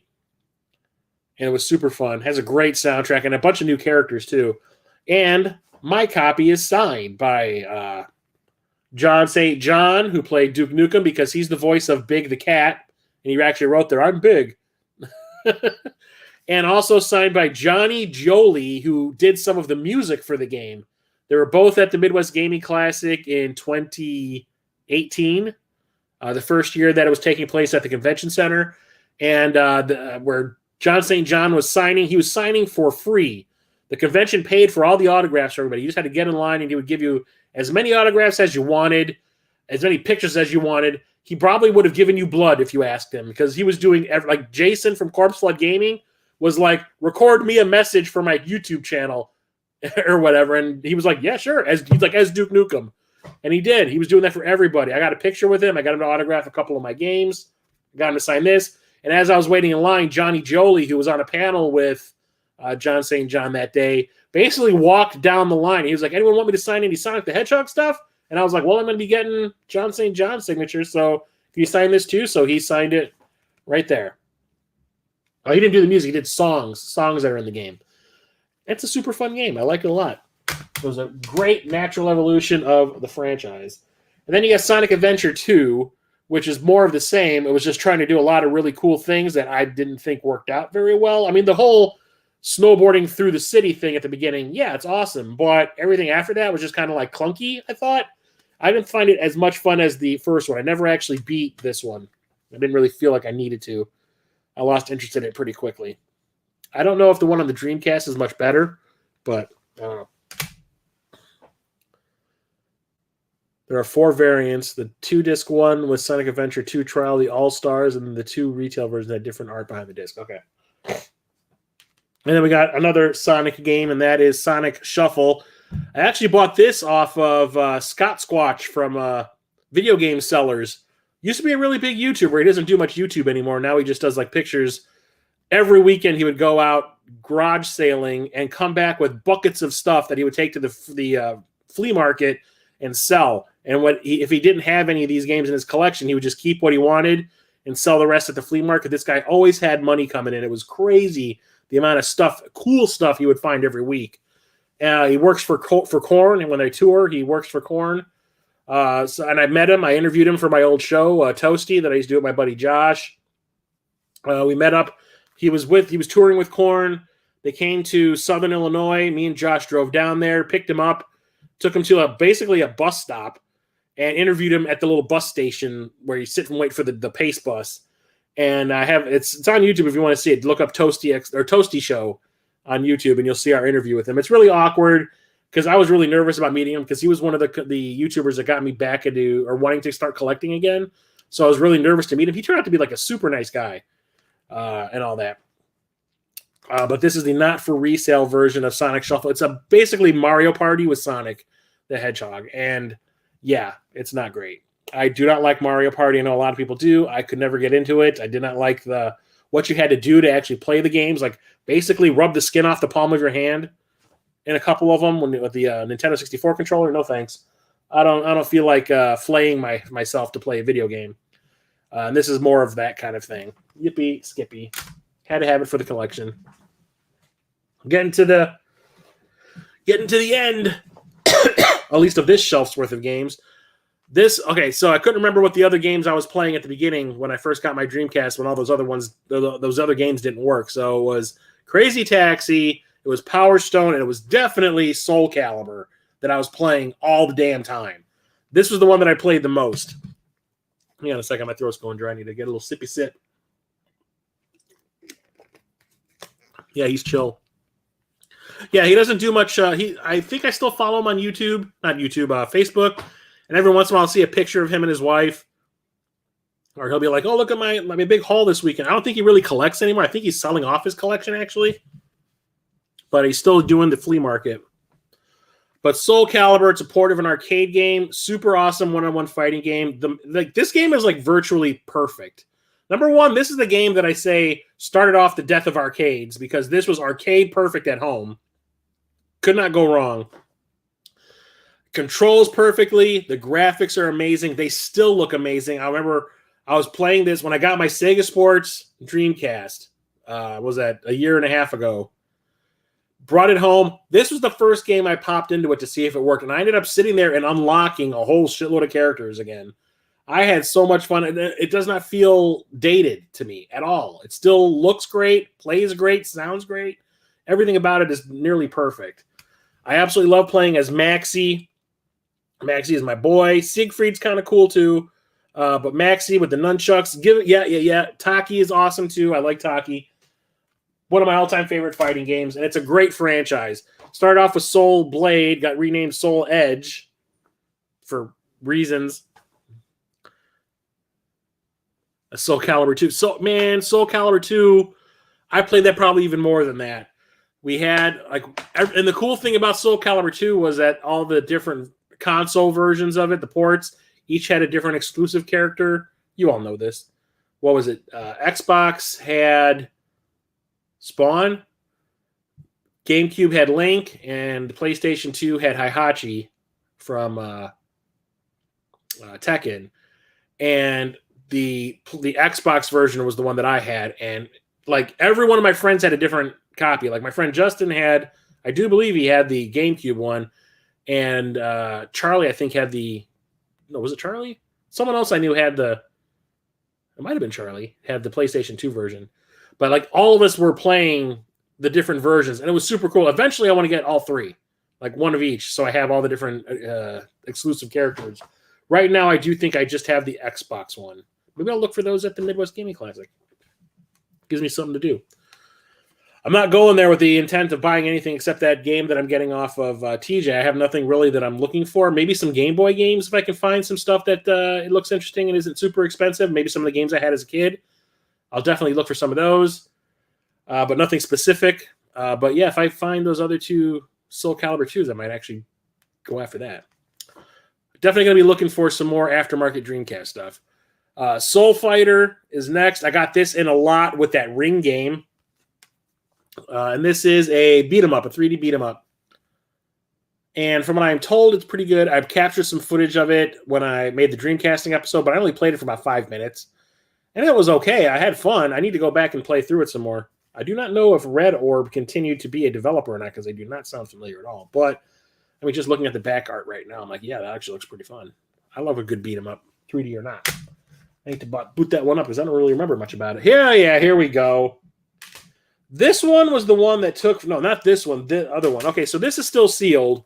I'm never going to play it. But this is South Park Chef's Love Shack. This is a quiz show South Park game. Yeah, you're just on a game show. You get asked a bunch of questions about the TV show, and that's it. And then there's a couple of mini games on the side. Yay. Great way to use that license, guys. Pump out a game in 3 weeks, make millions of dollars because of South Park. This is the one that I got really late in the game when I was trying to finish up my collection, and I could not find this anywhere. I never saw this in the wild, at conventions or anything. I had to get this off internet. And that is South Park Rally. So everyone, like I said, has to have a kart racing game if you're a franchise of some sort. So naturally, we got a kart racing South Park game, and it is freaking terrible. Like, terrible. Look at the graphics. It looks like Nintendo 64 time. And it's because it was. It's terrible. God awful. This game I used to play all the time, like I said, rhythm games. This is a sealed copy. I should definitely look for an open version of this. I wonder how much I can get for this sealed one. Holy shit. I'm going to look it up when we're done tonight. But I played the crap out of this, and that is Space Channel 5. I do believe they got a sequel to this in Japan that we didn't get over here. It's got a lenticular cover. You can see with Ooh La La moving around a little bit. It's kind of blurry because of the cover, the wrapper. But it's basically like playing a Dance Dance Revolution version of Simon Says. So it's not like you have cursors or any sort of like arrows or markers to show you that you need to time up things properly when you like hit a button when the icon gets to the top of the screen kind of thing. It's nothing like that. It's like, ooh la la standing here, the person you're fighting is standing across from you. They do a specific amount of moves. But they'll be like, I'm going to aim to the left, and then shoot, because you're fighting aliens and they have like ray guns. And then you have to do it to the exact same rhythm and pacing that they did. So if they do left, right, shoot, you have to go left, right, shoot at the same rhythm that they were in order to beat the person. Eventually, if you start doing really, really good, Michael Jackson shows up and dances alongside you in a big old silver jumpsuit. Kind of crazy, but it is a very, very fun rhythm game. The music is super catchy. It's kind of got this like 1960s, like jazzy band feel. The music choices are interesting. It's not like songs. It's like the music that plays throughout the whole set of the whole first stage. When you first get to the space station where the alien invasion is starting and all that. It's like this continual piece of music that evolves as you go, but it's not like specific songs and all that. It's really, really cool and interesting. I really like it. And then there is a special edition on the PS2, which I have. Spoilers. Space Channel 5 Part 2. Up, down, choo. Yep. Ooh la la. Yeah, I played the crap out of that. I thought that was super fun. I played that probably more than Samba de Amigo. Mostly because Samba de Amigo, I played for like 20 minutes and I'd be like, my arms, they're useless. They're hanging at my sides like limp little sausages. This one, I was talking about heavy metal, I think in the last, heavy metal Geomatrix in the last stream, how that's kind of like this arena fighting game that I thought was really, really fun. I know a lot of people don't like it. I love it. This is basically the same exact thing, just with a spawn coat of paint. So you got spawn in the demon's hand, and it's the exact same kind of thing. You've got like a big roster of characters to choose from. You're dropped into like this big, massive arena, kill everyone else there. And then once you do, fight a boss. And then you're done. Do it again. And this is the one that I think controls like absolute shit. It is like super hectic and everybody moves way too fast for their own good. And like the weapons are imprecise and aiming is imprecise. And I would play it, but I wouldn't like it. But I would play it because I love Spawn as a license. I love the comic books back then. I love the action figures and all that kind of stuff. I thought it was super cool. The movie, not so much. The TV show that was on HBO, yeah. But I did not like this one as much as Geomatrix. Geomatrix I thought was the superior one of these two. Then this one, I don't remember much about it. I think it's a first-person shooter. Spec Ops 2 Omega Squad. I don't remember anything about this one. No, it's a first-person shooter. Okay. There's a lot of first-person shooters on this console. I just kind of blended in. I don't recall playing this one at all. I probably have. I don't remember if I even captured footage for it or not. It was that memorable, guys. Yippee skippy.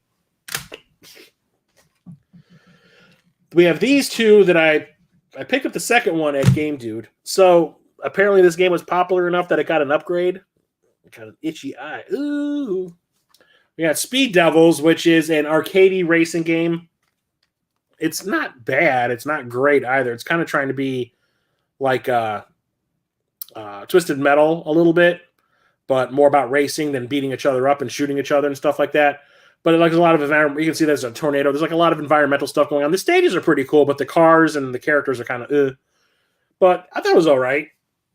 I didn't think it deserved this, but we got like an online version called Speed Devils Online Racing. So basically just an upgraded version of the first game that now is playable online multiplayer. Yay. And I remember like still have not seen this in the wild except at that Game Dude place. I've never seen it at conventions or anything like that. So I got lucky at Game Dude. I got a lot lucky at Game Dude. I found so much cool stuff there. Like this. I got a deal. I must definitely look into how much this is worth now so I can get an open copy. But I found a copy of Spider-Man there. And it's still sealed. And like I said, you go to Game Dude, every console had a sheet of paper at the front of the store with the prices of every single game available for that console if they have it in place in the store. So you want to look for Game Boy games, you got to pick up the Game Boy sheet. You want to go for Dreamcast games, you got to grab the Dreamcast sheet. There was no differentiation between sealed and not sealed.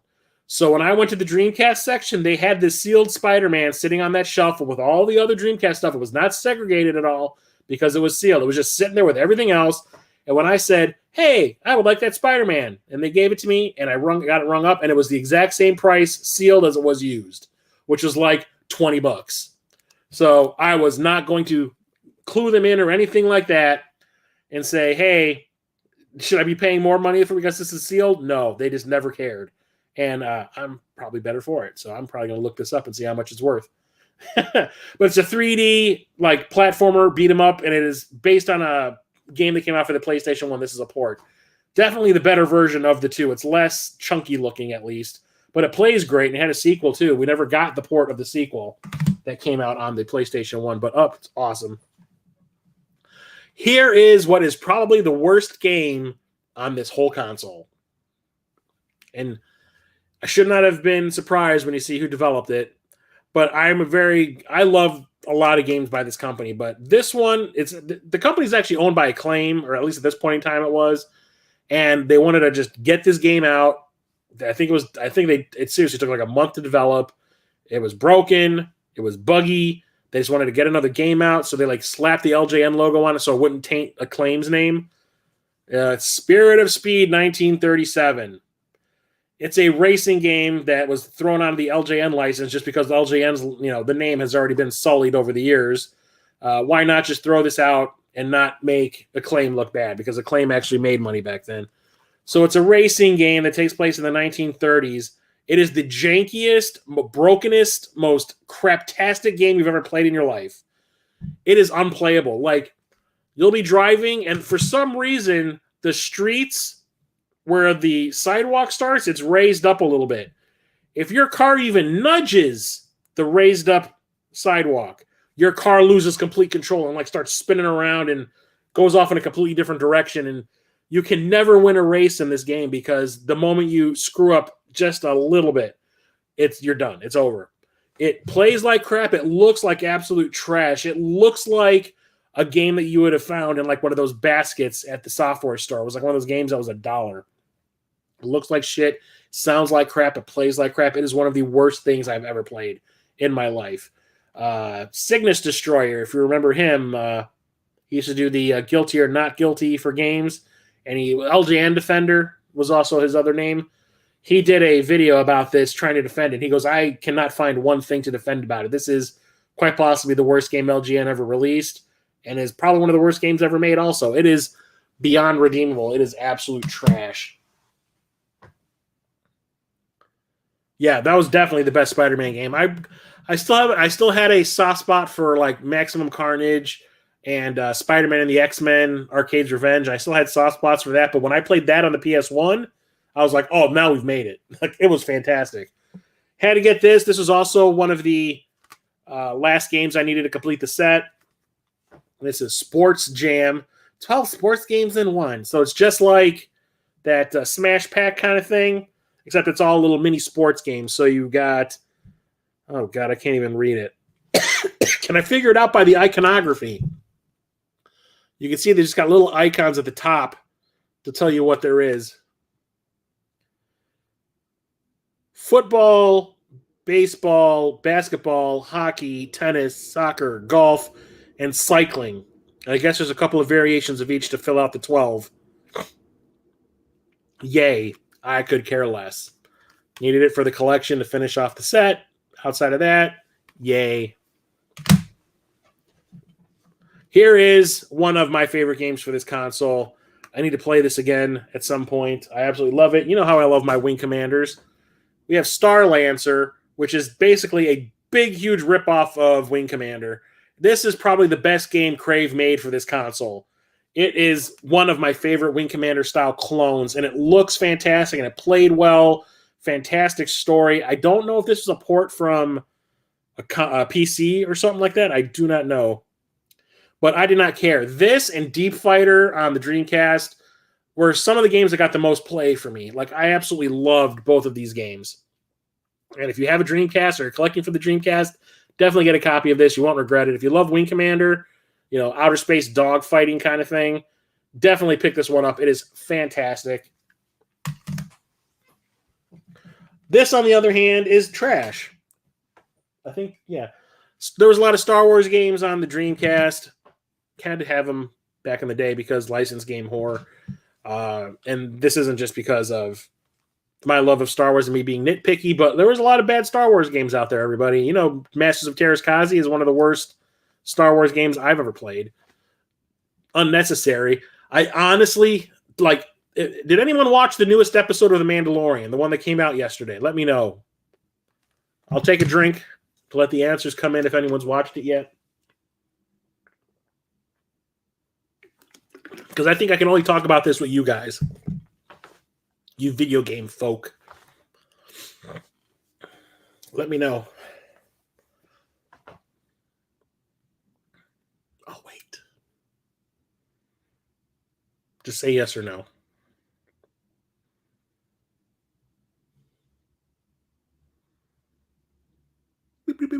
Anyway, okay, while I wait, I'll talk about this. We have Star Wars Demolition. This is another one of the games that was ported from the PS1 to the Dreamcast. Yep, you saw it? Okay. I'll talk about it when I'm done talking about this. So, everybody loves Twisted Metal. Twisted Metal is one of those franchises on the PlayStation 1 that was selling consoles. You know, it was some of the highest selling games, at least the first two were some of the highest selling games on the PS1. Naturally, everyone wants to rip it off. Why not throw a Star Wars coat of paint on that and call it Star Wars Demolition? We'll have a bunch of Star Wars vehicles and Star Wars characters driving those vehicles. It'll be awesome. How could it go wrong? It can go very wrong.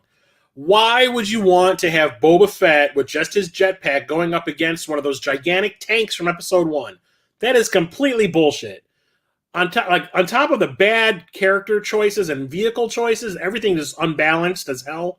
It controls, at least this one, I'm not sure about the one on the PlayStation 1, controls like absolute dog shit.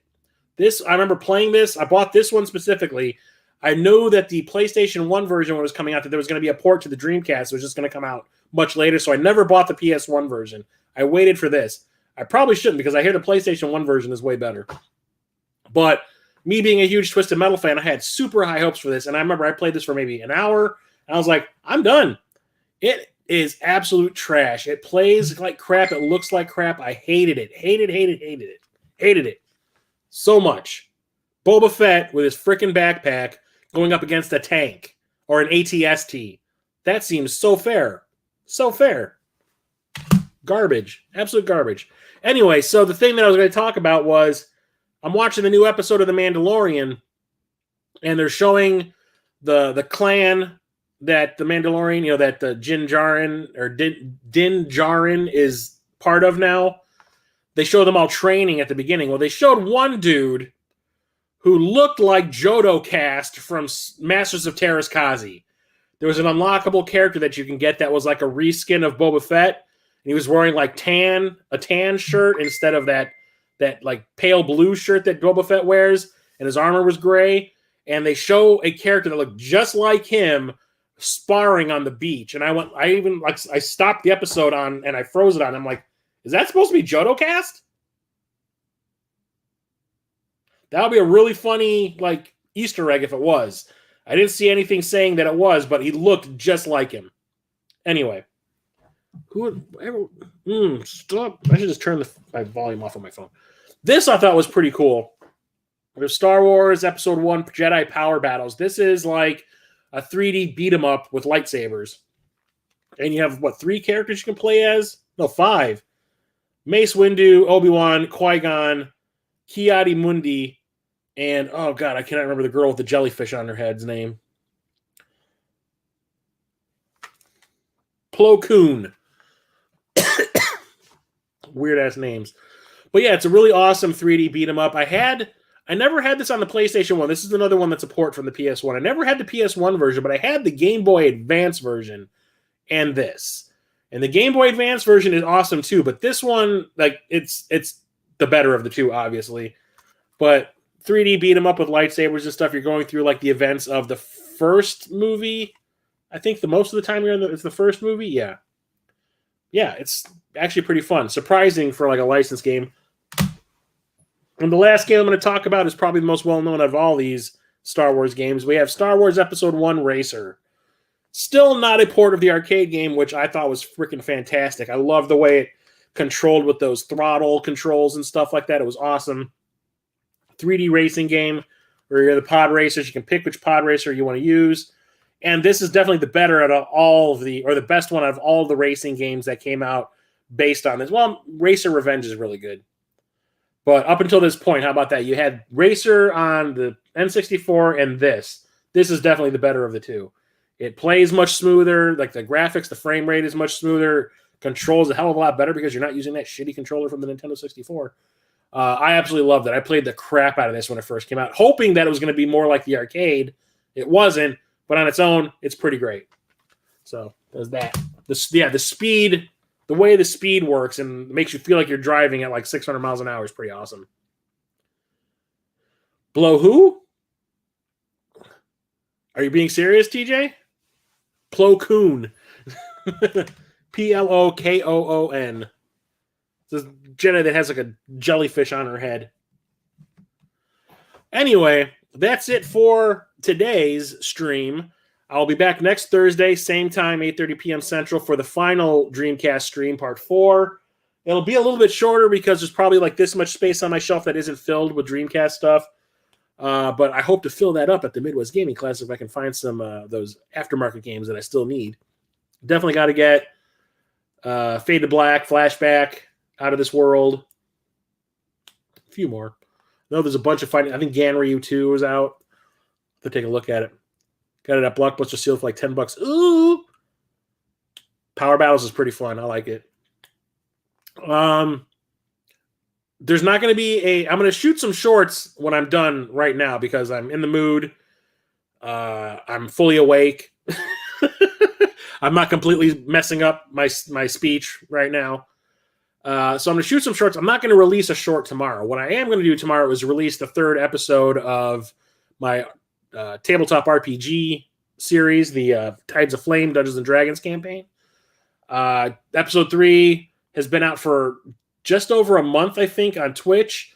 So now I'm going to upload it to my channel here so everyone can watch it, because Saturday is going to be episode 4 going live on my Twitch channel. So we've been trying to move away from playing on Friday nights because some of the people in our group work on Saturday mornings and they don't want to stay up super late.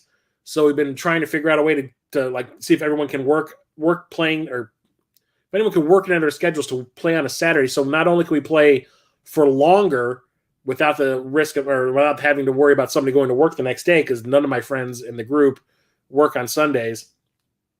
I just want to be able to play longer than like 2 hours or 3 hours. I want to have like a big long session. So we're going to be doing that on Twitch on Saturday at 6 p.m. Central. Twitch.tv/theoldassretrogamer. Go and check it out. I've got this big epic thing planned for it. And if you want to catch up on the story, when I upload episode 3 tomorrow to this channel, check it out. It's only like an hour. No, it's only about a little over 2 hours, I think. We didn't really play for a super long amount of time that day because I wanted to hold off for when the big thing starts to happen in the current episode that we're going to be starting on Saturday. So like I said, 6 p.m. Central on my Twitch channel, episode 4 of Tides of Flame. Check that out. And I will be back next week with another Midwest. See, now I am starting to screw up. Should I really shoot a short right now? Midwest Gaming Classic. Midwest Gaming Classic is next week. Don't get me wrong. Next Thursday, I'll be back with another live stream. And then I will not be doing a end of the month live stream on Friday. Maybe I'll just do it on Thursday. Oh, God, how am I going to work this? Because Friday I have to leave in the morning to go to the convention, so I won't be here. That's the 31st. Should I just I'll do it on Sunday. I'll do it on the 2nd when I come back from the convention, and I'll mix all of my convention pickups with my stuff I picked up this month. How about that? So there we go. Tomorrow, episode 3 of Tides of Flame. Saturday, episode 4 of Tides of Flame live on my Twitch channel, twitch.tv/theoldassretrogamer. Next Thursday, part 4 of the Dreamcast Video Game Collection 2023 live streams. And then that Sunday, the 2nd of April, will be the recent pickups / Midwest Gaming Classic stream. I got that all out in one breath. I'm very proud of myself. Tides of Flame! Oh, man, I just got demonetized. My boobs were jiggling. Crap.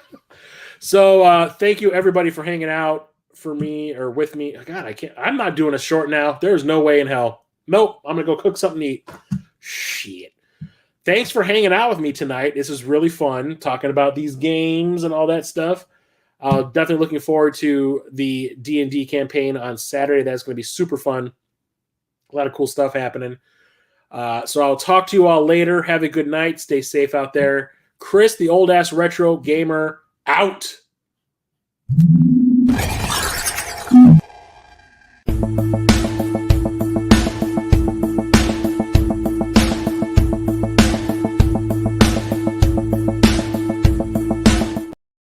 Oh yeah, here's a little test or tease for Saturday.